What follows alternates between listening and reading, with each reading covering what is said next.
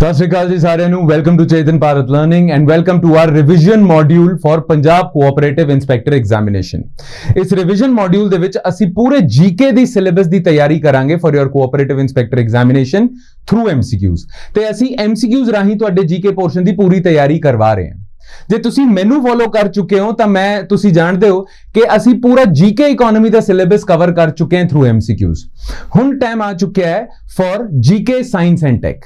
Science and technology ਦਾ ਜਿਹੜਾ GK ਦਾ syllabus ਹੈ ਉਸ ਨੂੰ ਅਸੀਂ ਕਵਰ ਕਰਾਂਗੇ ਥਰੂ ਐਮਸੀਕਿਊਜ਼। ਤੁਸੀਂ ਜਾਣਦੇ ਹੋ ਇੱਕ ਅਹਿਮ ਪਾਰਟ ਹੈਗਾ ਸਾਇੰਸ ਐਂਡ ਟੈਕਨੋਲੋਜੀ ਤੁਹਾਡੇ ਸਿਲੇਬਸ ਦਾ, ਜੀਕੇ ਦਾ ਖਾਸ ਕਰ।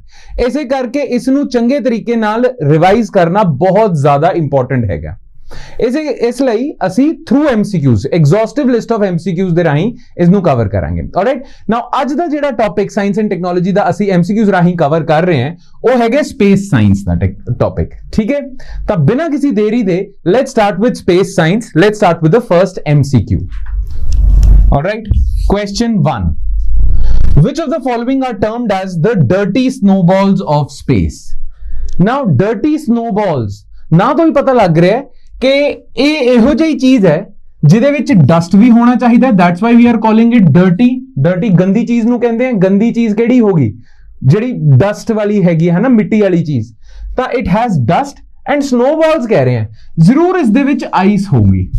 ਠੀਕ ਹੈ ਨਾ, ਇਹੋ ਜਿਹੀ ਕੌਣ ਸੀ, ਮਤਲਬ ਕਿਹੜੀ ਚੀਜ਼ ਹੈਗੀ ਹੈ ਸਪੇਸ ਦੇ ਵਿੱਚ? ਕਿਹੜੀ ਇਹੋ ਜਿਹੀ ਚੀਜ਼ ਹੈਗੀ ਹੈ ਜਿਹੜੀ ਡਰਟੀ ਵੀ ਹੈ, ਡਸਟ ਦੀ ਬਣੀ ਹੈ ਤੇ ਆਈਸ ਦੀ ਵੀ ਬਣੀ ਹੈ? ਵੈਲ, comets ਹੈਗੇ ਆ। comets are those icy rocks that lie outside the solar system, just outside the solar system, ਤੇ ਕਦੇ-ਕਦੇ because of sun's gravity ਉਹ solar system ਦੇ ਅੰਦਰ enter ਕਰ ਜਾਂਦੇ ਆ। right now, as soon as they enter the solar system and when they come near to the sun, they start to burn, है ना। आइस अपनी मेल्ट करनी शुरू कर दिंदी है and that is why ਜਿਹੜੀ dust trapped ਹੈਗੀ ਹੈ ਉਸ ਆਈਸ ਦੇ ਵਿੱਚ that starts to spread away. That is why ਇਹ ਜਿਹੜੇ comets ਹੈਗੇ ਆ, ਆਈਸੀ ਕ੍ਰਿਸਟਲਸ ਹੈਗੇ ਆ। ਕ੍ਰਿਸਟਲ ਤਾਂ ਛੋਟੇ ਹੁੰਦੇ ਆ, ਵੱਡੇ ਆਈਸੀ ਕ੍ਰਿਸਟਲਸ ਹੈਗੇ ਆ। as soon as they near sun, as soon as they approach sun, they start to melt. Dust trapped inside the ice starts to get loose ਤੇ ਇਹਨਾਂ ਦੀ tail ਦਿਖਦੀ ਹੈ, burning balls of light ਦਿਖਦੇ ਹੈ। ਠੀਕ ਹੈ, now ਇਹਨਾਂ ਨੂੰ dirty snowballs ਕਹਿੰਦੇ ਆ because they are filled with dust and they are filled with ice. because ਇਹ solar system ਦੇ ਬਾਹਰ ਹੈ ਇਸੇ ਕਰਕੇ ice formation ਹੁੰਦੀ ਹੈ। because ਤੁਸੀਂ ਜਾਣਦੇ ਹੋ ਸੋਲਰ ਸਿਸਟਮ ਦੇ ਬਾਹਰ ਤਾਂ ਸਨ ਦੀ ਹੀਟ ਪਹੁੰਚ ਹੀ ਨਹੀਂ ਸਕਦੀ, ਮਤਲਬ ਬਹੁਤ ਘੱਟ ਹੀਟ ਹੈਗੀ ਹੈ। ਤਾਂ ਇਸੇ ਕਰਕੇ ਆਈਸੀ ਕ੍ਰਿਸਟਲਸ ਹੈਗੇ ਆ, ਆਈਸੀ ਬਾਲਸ ਆਫ ਡਸਟ ਹੈਗੇ ਆ। ਤਾਂ ਡਰਟੀ ਸਨੋਬਾਲਸ ਆਫ ਸਪੇਸ ਅਸੀਂ ਕੋਮੇਟਸ ਨੂੰ ਕਹਿੰਦੇ ਆ, ਐਗਜ਼ੋਪਲੈਨਟਸ ਨੂੰ ਨਹੀਂ ਕਹਿੰਦੇ, ਮੀਟੀਓਰਾਈਟਸ ਨੂੰ ਨਹੀਂ ਕਹਿੰਦੇ, ਐਸਟਰੋਇਡਸ ਨੂੰ ਨਹੀਂ ਕਹਿੰਦੇ। ਤਾਂ ਸੀ ਹੈਗਾ। Next, what is our benefits of keeping a satellite at Lagrangian point in space? ਦੇਖੋ Lagrangian point ਕਿਹੜਾ ਹੈ, ਧਿਆਨ ਨਾਲ ਸੁਣਿਓ। ਲੈਟਸ ਸਪੋਜ਼ ਦਿਸ ਇਜ਼ ਸਨ, ਠੀਕ ਹੈ, ਤੇ ਇਹ ਅਰਥ ਹੈ। ਠੀਕ ਹੈ ਨਾ, ਹੁਣ ਅਸੀਂ ਨਾ ਇੱਕ ਸਪੇਸਕ੍ਰਾਫਟ ਭੇਜਣਾ ਚਾਹੁੰਦੇ ਹਾਂ ਟੂ ਆਬਜ਼ਰਵ ਸਨ। ਇੰਡੀਆ ਦਾ ਨਾ ਇੱਕ ਸੋਲਰ ਮਿਸ਼ਨ ਹੈਗਾ ਜਿਸ ਨੂੰ ਅਸੀਂ ਆਦਿਤਿਆ ਕਹਿੰਦੇ ਆ, mission Aditya. Right now mission Aditya ਦਾ ਕੰਮ ਹੈ ਸੋਲਰ ਪ੍ਰੋਬ ਕਰਨਾ, ਸਨ ਨੂੰ ਆਬਜ਼ਰਵ ਕਰਨਾ। ਠੀਕ ਹੈ, ਤਾਂ ਅਸੀਂ ਮਿਸ਼ਨ ਆਦਿਤਿਆ ਲਾਂਚ ਕਰ ਰਹੇ ਹਾਂ ਤੇ ਇਸ ਪੁਆਇੰਟ ਤੇ ਉਹਨੂੰ ਪਲੇਸ ਕਰ ਰਹੇ ਹਾਂ। ਇਹ ਉਹ ਪੁਆਇੰਟ ਹੈਗਾ ਜਿੱਥੇ ਸਨ ਦੀ ਗ੍ਰੈਵਿਟੀ ਤੇ ਅਰਥ ਦੀ ਗ੍ਰੈਵਿਟੀ ਇੱਕ ਦੂਜੇ ਨੂੰ ਬੈਲੈਂਸ ਕਰ ਦਿੰਦੀ ਹੈ। ਰਾਈਟ, ਇਸੇ ਕਰਕੇ ਇਸ ਪੁਆਇੰਟ ਦੇ ਵਿੱਚ ਜੇ ਤੁਸੀਂ ਸਪੇਸਕ੍ਰਾਫਟ ਨੂੰ ਪਲੇਸ ਕਰ ਦਿੰਦੇ ਹੋ ਨਾ ਤਾਂ ਫਿਰ ਸਪੇਸਕ੍ਰਾਫਟ ਨੂੰ ਫਿਊਲ ਦੀ ਲੋੜ ਹੀ ਨਹੀਂ ਹੁੰਦੀ। ਬਿਕੋਜ਼ ਸਨ ਤੇ ਅਰਥ ਦੀ ਗ੍ਰੈਵਿਟੀ ਇਸ ਨੂੰ ਬੈਲੈਂਸ ਕਰ ਦਿੰਦੀ ਹੈ ਤੇ ਇਸੇ ਕਰਕੇ ਇਹ ਸਪੇਸਕ੍ਰਾਫਟ ਇੱਥੇ ਸਟੇਸ਼ਨਰੀ ਹੋ ਜਾਂਦਾ। Right, now this point is non as Lagrangian point 1. Lagrangian point 1 मतलब like Lagrangian point 1 there are 4 other Lagrangian points. एक ਹੁੰਦਾ Lagrangian point ਇੱਥੇ, ਇੱਕ Lagrangian point ਹੁੰਦਾ ਇੱਥੇ, ਇੱਕ ਇੱਥੇ ਹੁੰਦਾ, ਇੱਕ ਇੱਥੇ ਹੁੰਦਾ। ਬਟ ਸਾਡੇ ਲਈ ਜ਼ਰੂਰੀ ਹੈਗਾ Lagrangian point 1. Why? Because we are launching a mission in Lagrangian point 1. Now Lagrangian point ਦੀ ਖਾਸ ਗੱਲ ਕੀ ਹੈ? ਇੱਥੇ ਆਬਜੈਕਟ ਜਾਂ ਸਪੇਸਕ੍ਰਾਫਟ ਜਾ ਕੇ ਸਟੇਸ਼ਨਰੀ ਹੋ ਜਾਂਦਾ ਹੈ ਬਿਕੋਜ਼ ਅਰਥ ਤੇ ਸਨ ਦੀ ਗ੍ਰੈਵਿਟੀ ਇਸ ਨੂੰ ਬੈਲੈਂਸ ਕਰ ਦਿੰਦੀ ਹੈ। ਤਾਂ ਤੁਹਾਡੀ ਫਿਊਲ ਕੰਜ਼ੰਪਸ਼ਨ ਘੱਟ ਹੁੰਦੀ ਹੈ, ਹੈ ਨਾ। So what is our benefits of keeping a satellite at Lagrangian point 1? The point provides additional gravity acceleration. ਤੁਸੀਂ ਨਾ ਜੇ ਤੁਹਾਡੇ ਸਪੇਸਕ੍ਰਾਫਟ ਨੂੰ ਸਨ ਦੇ ਬਿਲਕੁਲ ਸਨ ਦੇ ਹਿਸਾਬ ਨਾਲ ਆਪਣਾ ਡਿਸਟੈਂਸ ਮੇਨਟੇਨ ਕਰਨਾ ਸਨ ਤੋਂ, ਜੇ ਕਿਸੇ ਸਪੇਸਕ੍ਰਾਫਟ ਨੂੰ ਸਾਨੂੰ ਤੋਂ ਆਪਣਾ ਡਿਸਟੈਂਸ ਮੇਨਟੇਨ ਕਰਨਾ ਹੈ ਉਸ ਨੂੰ ਫਿਊਲ ਬਰਨ ਕਰਨਾ ਪੈਂਦਾ ਹੈ, ਰਾਈਟ। ਬਟ ਜੇ ਤੁਸੀਂ ਇੱਥੇ ਰੱਖ ਦਿੰਦੇ ਹੋ ਸਪੇਸਕ੍ਰਾਫਟ ਨੂੰ, ਉਸ ਨੂੰ ਗ੍ਰੈਵਿਟੀ ਦੀ ਐਕਸਲਰੇਸ਼ਨ ਮਿਲ ਜਾਂਦੀ ਹੈ, ਇਸੇ ਕਰਕੇ ਪਾਵਰ ਕੰਜ਼ੰਪਸ਼ਨ, ਫਿਊਲ ਕੰਜ਼ੰਪਸ਼ਨ ਘੱਟ ਹੋ ਜਾਂਦੀ ਹੈ। ਤਾਂ ਪਹਿਲਾ ਪੁਆਇੰਟ ਤਾਂ ਸਹੀ ਹੈ। The point provides additional gravitational acceleration to the satellite, reducing power consumption in the movement. The point is shielded from cosmic rays and thus useful for making astronomically correct observation. ये सही नहीं है. The point is not shielded from cosmic rays. Cosmic rays attack कर सकती हैं. Cosmic rays तो बचना है जे ਤਾਂ ਤੁਹਾਡੇ ਕੋਲ ਮੈਗਨੈਟਿਕ ਫੀਲਡ ਹੋਣੀ ਚਾਹੀਦੀ ਹੈ। ਜਿਸ ਤਰ੍ਹਾਂ ਸਾਡੇ ਅਰਥ ਦੇ ਉੱਤੇ ਅਸੀਂ ਕਾਸਮਿਕ ਰੇਜ਼ ਤੋਂ ਸ਼ੀਲਡਡ ਆ। Why? Because our atmosphere and our magnetic field, earth ਦੀ ਜਿਹੜੀ magnetic field ਹੈ ਉਹ ਸਾਨੂੰ cosmic rays ਤੋਂ ਬਚਾ ਲੈਂਦੀ ਹੈ ਨਾ। But when you are on Lagrangian point 1, ਇੱਥੇ cosmic rays ਦਾ attack regularly ਹੁੰਦਾ ਜਾਂਦਾ ਹੈ, ਤਾਂ ਇਸੇ ਕਰਕੇ they don't shield you from cosmic rays। ਤਾਂ ਇਹ ਗਲਤ ਹੋ ਗਿਆ। I found this on the web. ਠੀਕ ਹੈ, next Kuiper belt is, now Kuiper belt ਕੀ ਹੈ? ਦੇਖਿਓ ਇਹ ਤਾਂ ਆਪਣਾ sun ਹੈ, ਠੀਕ ਹੈ, ਤੇ ਇਸ ਦੇ ਅਰਾਊਂਡ ਡਿਫਰੈਂਟ ਪਲੈਨਟਸ ਹੈਗੇ ਆ। ਮਰਕਰੀ ਹੋ ਗਿਆ, ਠੀਕ ਹੈ, ਮਰਕਰੀ, ਆਪਣਾ ਵੀਨਸ, ਅਰਥ, ਮਾਰਸ ਵਿੱਚ ਐਸਟਰੋਇਡਸ ਦੀ ਬੈਲਟ ਹੈਗੀ ਹੈ, ਠੀਕ ਹੈ। ਫਿਰ ਆ ਜਾਂਦਾ ਤੁਹਾਡਾ ਜੁਪੀਟਰ, ਸੈਟਰਨ, ਯੂਰੇਨਸ, ਨੈਪਟਿਊਨ। ਇੱਥੇ ਨੈਪਟਿਊਨ ਤੱਕ ਆਪਣਾ ਸੋਲਰ ਸਿਸਟਮ ਖਤਮ ਹੋ ਜਾਂਦਾ ਹੈ ਨਾ। ਨੈਪਟਿਊਨ ਦੇ ਬਾਹਰ, ਨੈਪਟਿਊਨ ਦਾ ਜਿਹੜਾ ਆਰਬਿਟ ਹੈ ਉਸ ਤੋਂ ਬਾਹਰ ਇੱਕ ਨਾ ਆਈਸੀ ਕ੍ਰਿਸਟਲਸ ਦੀ ਇੱਕ ਬੈਲਟ ਹੁੰਦੀ ਹੈ, ਆਈਸੀ ਰੌਕੀ ਕ੍ਰਿਸਟਲਸ ਦੀ ਬੈਲਟ ਹੈਗੀ ਹੈ ਜਿਹੜੇ ਪੂਰੇ ਸੋਲਰ ਸਿਸਟਮ ਨੂੰ ਸਰਾਊਂਡ ਕਰਕੇ ਬੈਠੀ ਹੈ। ਰੌਕਸ ਹੈਗੀਆਂ ਸਪੇਸ ਦੇ ਵਿੱਚ, ਸਪੇਸ ਡਿਬਰੀ, ਸਪੇਸ ਰੌਕਸ ਹੈਗੀਆਂ ਜਿਨ੍ਹਾਂ ਦੇ ਉੱਤੇ ਆਈਸ ਵੀ ਜੰਮੀ ਹੋਈ ਹੈ, ਠੀਕ ਹੈ। ਆਈਸੀ ਕ੍ਰਿਸਟਲਸ ਹੈਗੇ, ਆਈਸੀ ਰੌਕਸ ਹੈਗੀਆਂ ਜਿਹੜੇ ਪੂਰੇ ਸੋਲਰ ਸਿਸਟਮ ਨੂੰ ਸਰਾਊਂਡ ਕਰਦੀਆਂ। ਤਾਂ ਉਸ ਪੂਰੇ ਇਸ ਸੋਲਰ ਸਿਸਟਮ ਨੂੰ ਜਿਹੜੀ ਬੈਲਟ ਸਰਾਊਂਡ ਕਰਦੀ ਹੈ ਉਸ ਨੂੰ ਅਸੀਂ ਕੂਪਰ ਬੈਲਟ ਕਹਿੰਦੇ ਹਾਂ, ਠੀਕ ਹੈ। ਤਾਂ donut shaped ring is icy objects around the sun extending just beyond the orbit of Neptune. ਬਿਲਕੁਲ ਸਹੀ, ਇਸੇ ਨੂੰ ਹੀ ਅਸੀਂ ਕੂਪਰ ਬੈਲਟ ਕਹਿੰਦੇ ਹਾਂ। ਤੇ ਕੂਪਰ ਬੈਲਟ ਚੋਂ ਕਦੇ-ਕਦੇ ਆਈਸੀ ਕ੍ਰਿਸਟਲਸ ਐਂਟਰ ਹੋ ਜਾਂਦੇ ਆ ਸਨ ਦੇ ਔਰ ਸੋਲਰ ਸਿਸਟਮ ਦੇ ਵਿੱਚ। ਕੂਪਰ ਬੈਲਟ ਚੋਂ ਸੋਲਰ ਸਿਸਟਮ ਦੇ ਵਿੱਚ ਐਂਟਰ ਕਰ ਜਾਂਦੇ ਆ ਕਈ ਵਾਰੀ these IC bodies because of sons gravity and then they are called comets। ਤਾਂ comets ਕੂਪਰ ਬੈਲਟ ਚੋਂ ਹੀ ਆਉਂਦੇ ਆ, ਠੀਕ ਹੈ। ਤਾਂ ਇਹੀ ਹੈ, ਬਾਕੀ ਆਪਸ਼ਨਸ ਦੇਖਣ ਦੀ ਲੋੜ ਹੀ ਨਹੀਂ। Option is A। Consider the following statements about exoplanets। exoplanets ਕਿਹੜੇ ਹੈਗੇ ਆ? ਜਿਹੜੇ ਸਾਡੇ ਸੋਲਰ ਸਿਸਟਮ ਤੋਂ ਬਾਹਰ ਹੈ। ਮਰਕਰੀ, ਵੀਨਸ, ਅਰਥ, Mars, Jupiter, Saturn, Uranus, Neptune ਦੇ ਇਲਾਵਾ ਸੋਲਰ ਸਿਸਟਮ ਦੇ ਬਾਹਰ ਜਿਹੜੇ ਪਲੈਨਟਸ ਹੈਗੇ ਆ ਉਹਨਾਂ ਨੂੰ ਅਸੀਂ ਐਗਜ਼ੋਪਲੈਨਟਸ ਕਹਿੰਦੇ ਆ। ਨਾ ਬਿਕੋਜ਼ ਸੋਲਰ ਸਿਸਟਮ ਦੇ ਬਾਹਰ ਹੈਗੇ ਆ, ਸਨ ਤੋਂ ਦੂਰ ਹੈਗੇ ਆ, ਸਨ ਦੇ ਅਰਾਊਂਡ ਇਹ ਜਦ ਚੱਕਰ ਲਾਉਂਦੇ ਆ ਬਹੁਤ ਸਲੋਲੀ ਚੱਕਰ ਲਾਉਂਦੇ ਆ। They usually orbit the sun at slower speeds than the planets in the solar system। Absolutely correct, ਠੀਕ ਹੈ। ਬਿਕੋਜ਼ ਸਨ ਤੋਂ ਜਿੰਨਾ ਦੂਰ ਕੋਈ ਪਲੈਨਟ ਹੁੰਦਾ ਹੈ ਤਾਂ ਉਸਦਾ ਆਰਬਿਟ ਵੀ ਤਾਂ ਵੱਡਾ ਹੁੰਦਾ ਜਾਂਦਾ ਹੈ, ਰਾਈਟ। ਜਿਹੜੀ ਅਰਥ ਹੈਗੀ ਹੈ, ਅਰਥ ਸਨ ਦੇ ਬਿਲਕੁਲ ਕਲੋਜ਼ ਹੈਗੀ ਹੈ, ਤਾਂ ਇਸੇ ਕਰਕੇ ਇਸਦਾ ਆਰਬਿਟ ਛੋਟਾ ਹੈ। ਪਰ ਜੇ ਜੁਪੀਟਰ ਦੀ ਮੈਂ ਗੱਲ ਕਰਾਂ ਤਾਂ ਉਹ ਥੋੜਾ ਜਿਹਾ ਡਿਸਟੈਂਸ ਤੇ ਹੈ, ਉਸਦਾ ਆਰਬਿਟ ਵੱਡਾ ਹੋ ਜਾਂਦਾ ਹੈ। ਤੁਸੀਂ ਜਾਣਦੇ ਹੀ ਹੋ ਰੇਡੀਅਸ ਜੇ ਵੱਡਾ ਕਰ ਦੋ ਤਾਂ ਸਰਕਲ ਦਾ ਸਰਕਮਫਰੈਂਸ ਤਾਂ ਵੱਡਾ ਹੋ ਹੀ ਜਾਂਦਾ ਹੈ। ਇਸੇ ਕਰਕੇ exoplanets are very far away from sun, that is why their orbit is also very big and hence they travel slowly। ਠੀਕ ਹੈ ਜੀ। they generally share similar size and geographical characteristics as that of Earth's moon। ਨਾ ਬਿਲਕੁਲ ਨਹੀਂ, ਇਹਨਾਂ ਦਾ size ਕਦੇ-ਕਦੇ Jupiter ਜਿੰਨਾ ਵੀ ਹੁੰਦਾ ਹੈ ਤੇ ਅਰਥ ਤੇ ਮਾਰਸ ਜਿੰਨਾ ਵੀ ਹੁੰਦਾ ਹੈ, ਪਰ ਇੰਨਾ ਛੋਟਾ ਨਹੀਂ ਹੁੰਦਾ ਕਿ ਮਤਲਬ ਅਰਥ ਦੇ ਮੂਨ ਦਾ ਸਾਈਜ਼ ਤਾਂ ਬਹੁਤ ਘੱਟ ਹੈਗਾ, ਠੀਕ ਹੈ। ਤੇ ਉਹਨੇ ਸਾਈਜ਼ ਦੇ ਪਲੈਨਟਸ ਨਹੀਂ ਹੁੰਦੇ। ਪਲੈਨਟਸ ਜਿਹੜੇ ਹੈਗੇ ਆ ਉਹਨਾਂ ਦਾ ਸਾਈਜ਼ ਵੱਡਾ ਹੁੰਦਾ, ਕਦੇ-ਕਦੇ ਜੁਪੀਟਰ ਵਰਗਾ ਹੁੰਦਾ, ਕਦੇ-ਕਦੇ ਅਰਥ ਤੇ ਮਾਰਸ ਵਰਗਾ ਹੁੰਦਾ, ਪਰ ਮੂਨ ਵਰਗਾ ਨਹੀਂ ਹੁੰਦਾ। ਮੂਨ ਤਾਂ ਬਹੁਤ ਹੀ ਛੋਟਾ ਹੋ ਗਿਆ, ਠੀਕ ਹੈ। ਤਾਂ ਆਨਸਰ ਹੈਗਾ A। Consider the following matches of global navigation satellite system with the country body that introduced it। ਤੁਸੀਂ ਨਾ ਕੰਟਰੀ ਦੇ ਨਾਲ ਮੈਚ ਕਰਨਾ ਉਸ ਕੰਟਰੀ ਦੇ ਨੈਵੀਗੇਸ਼ਨ ਸਿਸਟਮ ਨੂੰ, ਠੀਕ ਹੈ। ਜਿੱਦਾਂ GPS ਹੈਗਾ ਉਹ USA ਦਾ ਹੈ, ਬਿਲਕੁਲ ਸਹੀ। GLONASS ਐਕਚੁਅਲੀ ਰਸ਼ੀਆ ਦਾ ਹੈਗਾ, ਤਾਂ ਇਹ ਜਾਪਾਨ ਗਲਤ ਹੋ ਗਿਆ। ਗੈਲੀਲੀਓ ਯੂਰੋਪੀਅਨ ਯੂਨੀਅਨ ਦਾ, ਬਿਲਕੁਲ ਸਹੀ। ਕੁਆਜ਼ੀ ਜ਼ੈਨਿਥ QZSS ਇਹ ਜਾਪਾਨ ਦਾ ਹੈਗਾ, ਠੀਕ ਹੈ। ਬੀਡੂ ਚਾਈਨਾ ਦਾ ਹੈਗਾ। ਤਾਂ 135 ਆਪਸ਼ਨ A। ਇੰਡੀਆ ਦੇ ਨੈਵੀਗੇਸ਼ਨ ਸਿਸਟਮ ਨੂੰ ਅਸੀਂ ਕੀ ਕਹਿੰਦੇ ਆ? IRNSS, ਇਹ ਤੁਹਾਨੂੰ ਐਕਸਟਰਾ ਇਨਫੋਰਮੇਸ਼ਨ ਦੇ ਰਹੇ ਹਾਂ, ਠੀਕ ਹੈ। ਇਹ ਤਾਂ these 5 ਨੈਵੀਗੇਸ਼ਨ ਸਿਸਟਮਸ ਤਾਂ you should remember ਕਿਸ ਕੰਟਰੀ ਦੇ ਹੈਗੇ ਆ, ਬਟ ਇੱਕ India the navigation system, regional navigation system is IRNSS, Indian regional navigation satellite system, ਇਸ ਨੂੰ ਅਸੀਂ ਨਵਿਕ ਵੀ ਕਹਿੰਦੇ ਆ, ਠੀਕ ਹੈ। ਚਲੋ question 6, if not wearing a special protective suit you would start bleeding on moon। ਤੁਸੀਂ ਦੇਖਿਆ ਨਾ ਐਸਟਰੋਨੌਟ ਜਦ ਬਾਹਰ ਨਿਕਲਦੇ ਆ ਅਰਥ ਤੋਂ, ਠੀਕ ਹੈ, ਸਪੇਸ ਦੇ ਵਿੱਚ ਜਾਂਦੇ ਆ ਜਾਂ ਕਿਸੇ ਪਲੈਨਟ ਤੇ ਜਾਂਦੇ ਆ ਤਾਂ ਉਹ ਸਪੈਸ਼ਲ ਸੂਟ ਪਹਿਨਦੇ ਆ, ਹਨਾ। ਮੂਨ, ਤੁਸੀਂ ਨੀਲ ਆਰਮਸਟਰੋਂਗ ਦੀ ਇਮੇਜ ਦੇਖੀ ਹੋਣੀ, ਉਹ ਸਪੈਸ਼ਲ ਸੂਟ ਪਾਉਂਦੇ ਆ ਜਦ ਮੂਨ ਤੇ ਉਹ ਚੱਲ ਫਿਰ ਰਹੇ ਸੀ ਤਾਂ ਸਪੈਸ਼ਲ ਸੂਟ ਸੀਗਾ। ਉਹ ਸਪੈਸ਼ਲ ਸੂਟ ਦੀ ਲੋੜ ਕਿਉਂ ਹੈ? ਬਿਕੋਜ਼ ਮੂਨ ਦੇ ਉੱਤੇ ਮੂਨ ਉੱਤੇ ਕੋਈ ਐਟਮੋਸਫੇਅਰ ਨਹੀਂ ਹੈਗਾ, ਤਾਂ ਬਿਕੋਜ਼ ਆਫ ਦੈਟ ਮੂਨ ਉੱਤੇ ਜੇ ਐਟਮੋਸਫੇਅਰ ਨਹੀਂ ਹੁੰਦਾ ਤਾਂ ਐਟਮੋਸਫੇਅਰਿਕ ਪ੍ਰੈਸ਼ਰ ਵੀ ਨਹੀਂ ਹੋਣਾ, ਹਨਾ। ਨਾਓ ਸਾਡੀ ਬੋਡੀ ਜਿਹੜੀ ਸਾਡੀ ਬੋਡੀ ਹੈ ਨਾ, ਬੋਡੀ ਹੈ ਉਹ ਅਰਥ ਵਿੱਚ ਇਵੋਲਵ ਹੋਈ ਹੈ, ਠੀਕ ਹੈ, ਅਰਥ ਤੇ ਇਵੋਲਵ ਹੋਈ ਹੈ, ਵਿੱਚ ਨਹੀਂ ਅਰਥ ਉੱਤੇ ਇਵੋਲਵ ਹੋਈ ਹੈ।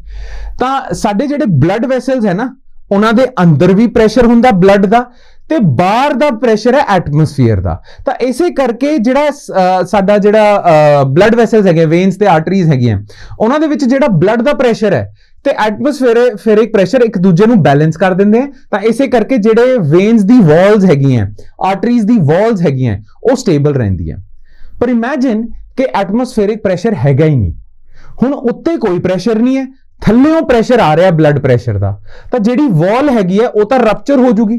ਤੁਸੀਂ ਦੇਖਿਓ ਇੱਥੋਂ ਪ੍ਰੈਸ਼ਰ ਪੈ ਰਿਹਾ, ਉੱਪਰ ਤੋਂ ਐਟਮੋਸਫੇਰਿਕ ਪ੍ਰੈਸ਼ਰ ਪੈ ਰਿਹਾ, ਬਲੱਡ ਪ੍ਰੈਸ਼ਰ, ਐਟਮੋਸਫੇਰਿਕ ਪ੍ਰੈਸ਼ਰ, ਤਾਂ ਇਹ ਬੈਲੈਂਸ ਰਹਿੰਦੀ ਹੈ। ਜਦ ਤੁਸੀਂ ਐਟਮੋਸਫੇਰਿਕ ਪ੍ਰੈਸ਼ਰ ਕੱਢ ਦਿੰਦੇ ਹੋ, ਬਲੱਡ ਪ੍ਰੈਸ਼ਰ ਜ਼ਿਆਦਾ ਹੋ ਜਾਂਦਾ ਤੇ ਵੇਨਸ ਨੂੰ ਪਾੜ ਦਿੰਦਾ ਹੈ ਨਾ। ਇਹ ਸਿਚੁਏਸ਼ਨ ਹੋ ਜਾਂਦੀ ਹੈ ਮੂਨ ਤੇ, ਬਿਕੋਜ਼ ਮੂਨ ਉੱਤੇ ਕੋਈ ਐਟਮੋਸਫੇਰਿਕ ਪ੍ਰੈਸ਼ਰ ਨਹੀਂ ਹੈ। ਇਸੇ ਕਰਕੇ ਤੁਹਾਨੂੰ ਸਪੈਸ਼ਲ ਪ੍ਰੋਟੈਕਟਿਵ ਸੂਟਸ ਤੁਹਾਨੂੰ ਪਵਾਏ ਜਾਂਦੇ ਆ, right. Now if not wearing a special protective suit you would start bleeding। why? Zero air pressure at moon, atmospheric pressure ही नहीं है क्या।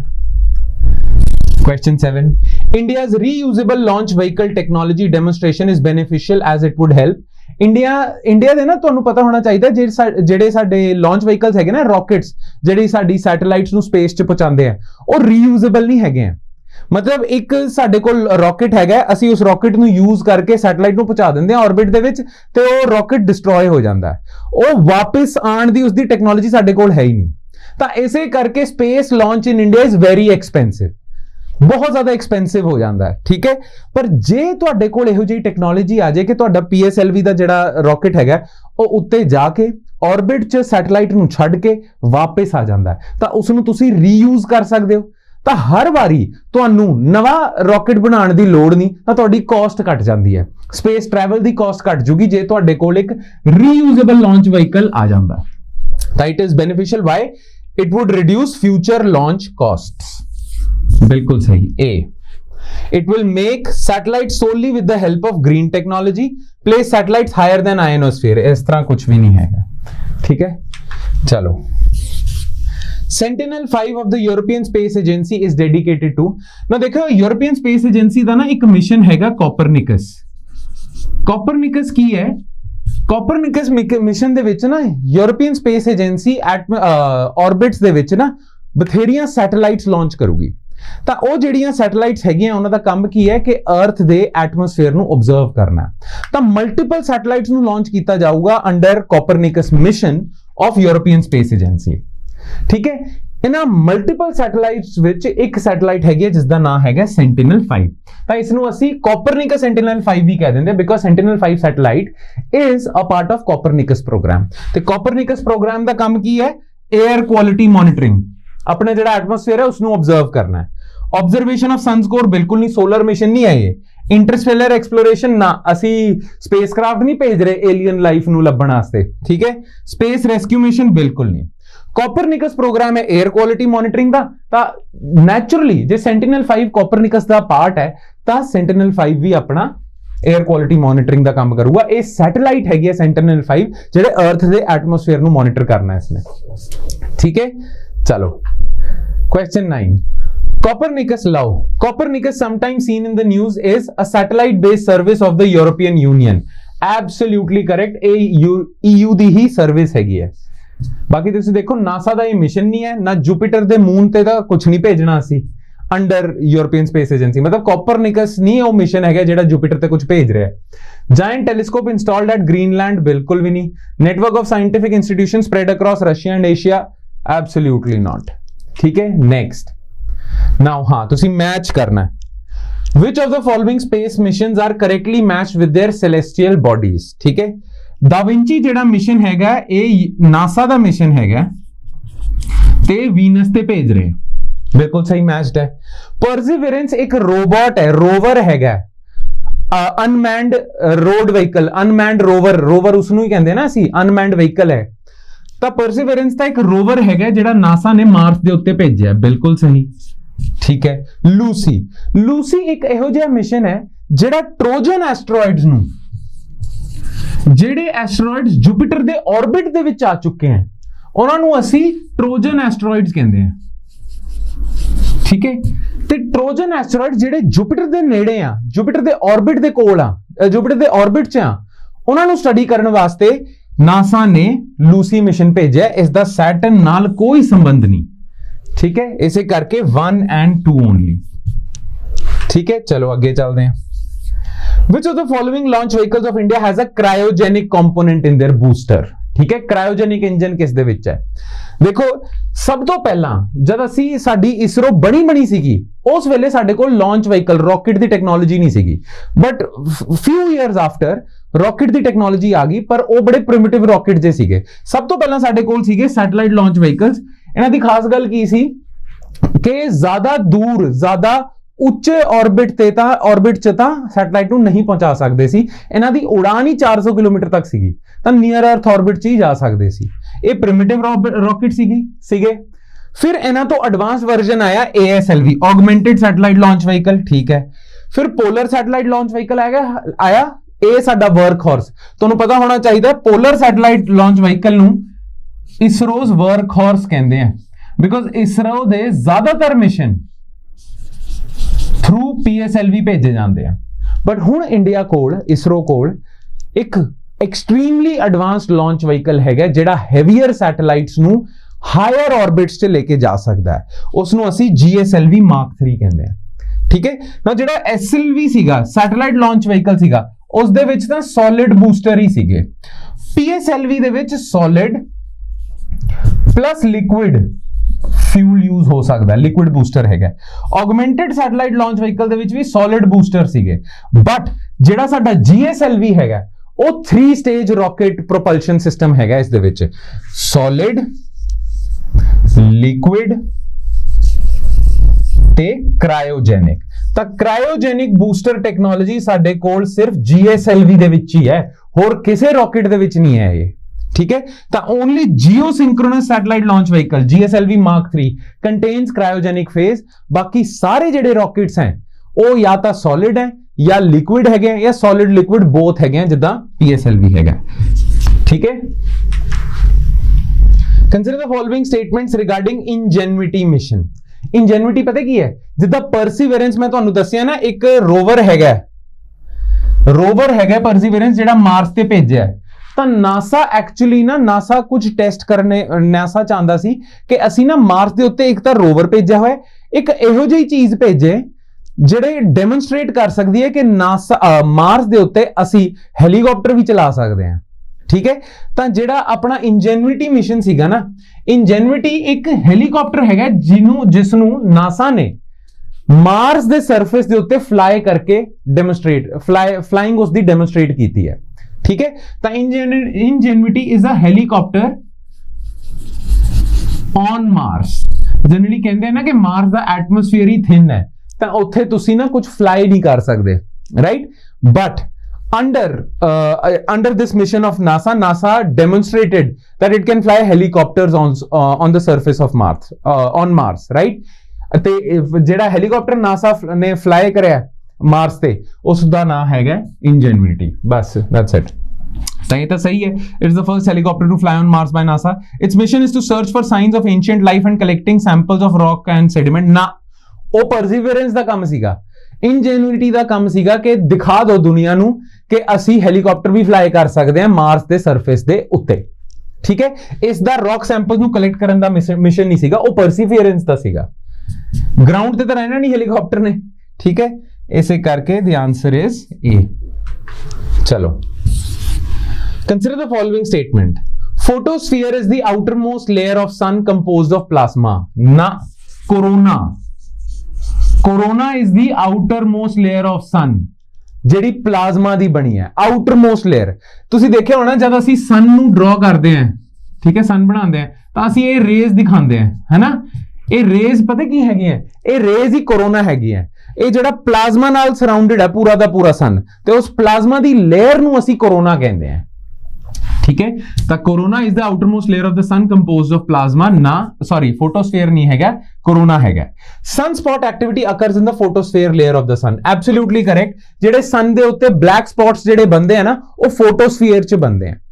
ਜਿਹੜਾ ਫੋਟੋਸਫੀਅਰ ਹੈਗਾ ਨਾ, ਉਹ ਸੈਕੰਡ ਆਊਟਰਮੋਸਟ ਲੇਅਰ ਹੈਗੀ, ਮਤਲਬ ਕੋਰੋਨਾ ਦੇ ਬਾਅਦ ਫੋਟੋਸਫੀਅਰ ਹੀ ਲੇਅਰ ਹੈਗੀ ਹੈ ਸਨ ਦੀ। Sun's outer layers are hotter than its core. ਇਹ ਬਿਲਕੁਲ ਸਹੀ ਗੱਲ ਹੈ।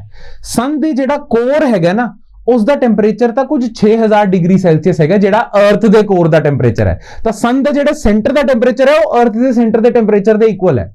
But sun becomes millions of degrees Celsius hot.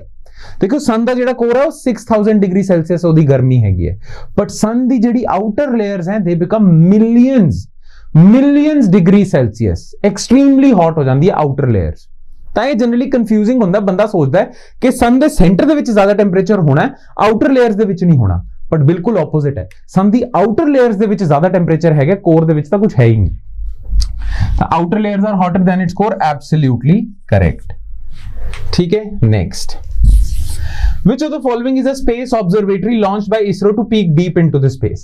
Now ISRO ਜਿੱਦਾਂ ਹਬਲ ਸਪੇਸ ਟੈਲੀਸਕੋਪ ਹੈਗਾ, ਜੇਮਸ ਵੈਬ ਸਪੇਸ ਟੈਲੀਸਕੋਪ ਹੈਗਾ, ਇਹ ਪਤਾ ਕੀ ਹੈ? ਜੇ ਤੁਹਾਨੂੰ ਸਪੇਸ ਨੂੰ ਆਬਜ਼ਰਵ ਕਰਨਾ ਹੈ ਤਾਂ ਤੁਹਾਨੂੰ ਟੈਲੀਸਕੋਪ ਦੀ ਲੋੜ ਹੁੰਦੀ ਹੈ। ਨਾ ਕੁਝ ਟੈਲੀਸਕੋਪਸ ਹੁੰਦੇ ਆ ਜਿਹੜੇ ਅਰਥ ਦੇ ਉੱਤੇ ਹੁੰਦੇ ਆ, ਅਰਥ ਦੇ ਸਰਫੇਸ ਤੇ ਹੁੰਦੇ ਆ, ਟੈਲੀਸਕੋਪ ਹੁੰਦੇ ਆ। ਬਟ ਪ੍ਰੋਬਲਮ ਕੀ ਹੈ, ਜੇ ਔਨ ਅਰਥ ਜੇ ਤੁਸੀਂ ਟੈਲੀਸਕੋਪ ਯੂਜ਼ ਕਰਦੇ ਹੋ ਤਾਂ ਅਰਥ ਦਾ ਜਿਹੜਾ ਐਟਮੋਸਫੇਅਰ ਹੈਗਾ ਨਾ, ਉਹ ਮਤਲਬ ਹਿੰਡਰੈਂਸ ਕਾਜ਼ ਕਰਦਾ ਹੈ, ਠੀਕ ਹੈ, ਉਹ ਵਿੱਚ ਆ ਜਾਂਦਾ, ਤਾਂ ਤੁਸੀਂ ਡੀਪ ਇਨਟੂ ਸਪੇਸ ਨਹੀਂ ਦੇਖ ਸਕਦੇ। ਇਸੇ ਕਰਕੇ ਬਹੁਤ ਸਾਰੀਆਂ ਸਪੇਸ ਏਜੰਸੀਜ਼ ਨੇ ਕੀ ਕੀਤਾ ਹੈ ਕਿ ਉਹ ਸੈਟੇਲਾਈਟ ਲਾਂਚ ਕਰਦੇ ਆ, ਅਰਥ ਦੇ ਐਟਮੋਸਫੇਅਰ ਦੇ ਬਾਹਰ ਜਾਂਦੀ ਹੈ ਸੈਟੇਲਾਈਟ, ਠੀਕ ਹੈ, ਤੇ ਉਹ ਸੈਟੇਲਾਈਟ ਦੇ ਉੱਤੇ ਟੈਲੀਸਕੋਪ ਹੁੰਦਾ, ਤੇ ਉਹ ਟੈਲੀਸਕੋਪ ਕੋਲ ਨਾ ਕਲੀਅਰ ਵਿਜ਼ਨ ਹੁੰਦਾ ਸਪੇਸ ਦਾ, ਠੀਕ ਹੈ। ਤੇ ਉਹ ਸੈਟੇਲਾਈਟ ਆਬਜ਼ਰਵੇਟਰੀਜ਼ ਹੁੰਦੀਆਂ, ਸੈਟੇਲਾਈਟ ਦੇ ਉੱਤੇ ਟੈਲੀਸਕੋਪ ਹੁੰਦੇ ਆ। Now NASA launched Hubble space telescope, ਤੇ Hubble space telescope is a space observatory. India ਦਾ ਇਸਰੋ ਵੀ ਆਪਣੀ ਇੱਕ ਸਪੇਸ ਆਬਜ਼ਰਵੇਟਰੀ ਲਾਂਚ ਕਰ ਚੁੱਕਿਆ ਹੈ, ਤੇ ਉਸ ਦਾ ਨਾਮ ਹੈਗਾ ਐਸਟ੍ਰੋਸੈਟ। ਇੱਕ ਸੈਟੇਲਾਈਟ ਜਿਸ ਦਾ ਕੰਮ ਐਸਟ੍ਰੋਨੋਮੀ ਦਾ ਹੈ, ਐਸਟ੍ਰੋਨੋਮੀ ਪਲੱਸ ਸੈਟੇਲਾਈਟ, ਐਸਟ੍ਰੋਸੈਟ। ਤਾਂ ਸੈਟੇਲਾਈਟ ਹੈਗੀ ਹੈ, ਉਸ ਦੇ ਉੱਤੇ ਤੁਸੀਂ ਟੈਲੀਸਕੋਪ ਮਾਊਂਟ ਕੀਤਾ ਹੋਇਆ ਹੈ, ਠੀਕ ਹੈ। ਤਾਂ AstroSat is our space observatory, ISRO space observatory. Consider the following statements regarding James Webb Space Telescope. Now James Webb Space Telescope ਉਹੀ space observatory ਹੈਗੀ ਹੈ, ਸੈਟੇਲਾਈਟ ਦੇ ਉੱਤੇ ਟੈਲੀਸਕੋਪ ਹੈਗਾ, ਤੇ ਹੁਣ ਨਾ ਹਬਲ ਸਪੇਸ ਟੈਲੀਸਕੋਪ ਰਿਟਾਇਰ ਹੋਣ ਵਾਲਾ ਹੈ। ਤਾਂ ਸਾਨੂੰ ਲੱਗਦਾ ਕਿ ਸਾਡੇ ਕੋਲ ਇੱਕ ਹੋਰ ਐਡਵਾਂਸ ਸਪੇਸ ਟੈਲੀਸਕੋਪ ਹੋਣਾ ਚਾਹੀਦਾ ਹੈ, because after Hubble space telescope ਕੋਈ ਤਾਂ ਹੋਣਾ ਚਾਹੀਦਾ ਹੈ, ਰਾਈਟ। ਤਾਂ ਅਸੀਂ James Webb space telescope launch ਕਰ ਚੁੱਕੇ ਹਾਂ। Now James Webb space telescope is a collaborative project between NASA, European space agency, Canadian space agency, ये बिल्कुल ठीक है। Now James Webb space telescope ਨੂੰ ਤੁਸੀਂ ਪਲੇਸ ਕਰੋਗੇ not on Lagrangian point 1, Lagrangian point 2। Lagrangian point 2 ਕਿਹੜਾ ਹੈ? sun, earth, ਇਹ ਤੁਹਾਡਾ ਹੈਗਾ L1 ਤੇ ਇਹ ਹੈਗਾ L2, ਠੀਕ ਹੈ। this is false, it shall replace the Hubble space telescope। now ਇਸ ਨੂੰ ਤੁਸੀਂ ਲਾਂਚ ਤਾਂ ਕਰਿਆ so that ਤੁਹਾਡੇ ਕੋਲ ਇੱਕ ਸਪੇਸ ਟੈਲੀਸਕੋਪ ਤਾਂ ਹੋਣਾ ਚਾਹੀਦਾ। ਹਬਲ ਰਿਟਾਇਰ ਹੋਣ ਵਾਲਾ ਹੈ, ਬਟ ਇਸ ਦਾ ਪਰਪਸ ਹਬਲ ਨੂੰ ਰਿਪਲੇਸ ਕਰਨਾ ਨਹੀਂ ਹੈ, ਰਿਪਲੇਸ ਕਰਨਾ ਬਿਲਕੁਲ ਨਹੀਂ ਹੈ। ਹਬਲ ਜਿਹੜਾ ਕੰਮ ਕਰ ਚੁੱਕਿਆ ਉਸ ਦੇ ਵਿੱਚ ਐਡੀਸ਼ਨ ਕਰਨਾ ਜੇਮਸ ਵੈਬ ਸਪੇਸ ਟੈਲੀਸਕੋਪ ਦਾ ਕੰਮ ਹੈ, ਇਸ ਨੂੰ ਰਿਪਲੇਸ ਕਰਨਾ ਨਹੀਂ ਹੈ। ਇਸੇ ਕਰਕੇ this statement would be false that it shall replace the Hubble space telescope, that is why 2 only, ठीक है। चलो, which of the following is are correctly matched? well, देखो अपना जेजेरो क्रेटर ਉਹ ਹੈ ਜਿੱਥੇ ਤੁਸੀਂ ਪਰਸੀਵਰੈਂਸ ਤੇ ਇੰਜੈਨੁਇਟੀ ਨੂੰ ਲੈਂਡ ਕਰਾਇਆ ਸੀ, ਠੀਕ ਹੈ, ਹੈਲੀਕਾਪਟਰ ਤੇ ਰੋਵਰ ਨੂੰ। ਮਾਰਸ ਤੇ ਹੈਗਾ ਉਹ। Gale crater is also on Mars, not on Venus, ਤਾਂ ਇਹ ਗਲਤ ਹੋ ਜਾਂਦਾ ਹੈ। Aitken crater is on moon, far side of the moon, ਬਿਲਕੁਲ ਸਹੀ। ਤਾਂ 1 and 3 ਅੱਗੇ ਚੱਲਦੇ ਹਾਂ। Consider the following statement regarding Indian Space Association, ਠੀਕ ਹੈ, ਇਸ ਦਾ ਨਾਮ Indian Space Association ਹੈਗਾ।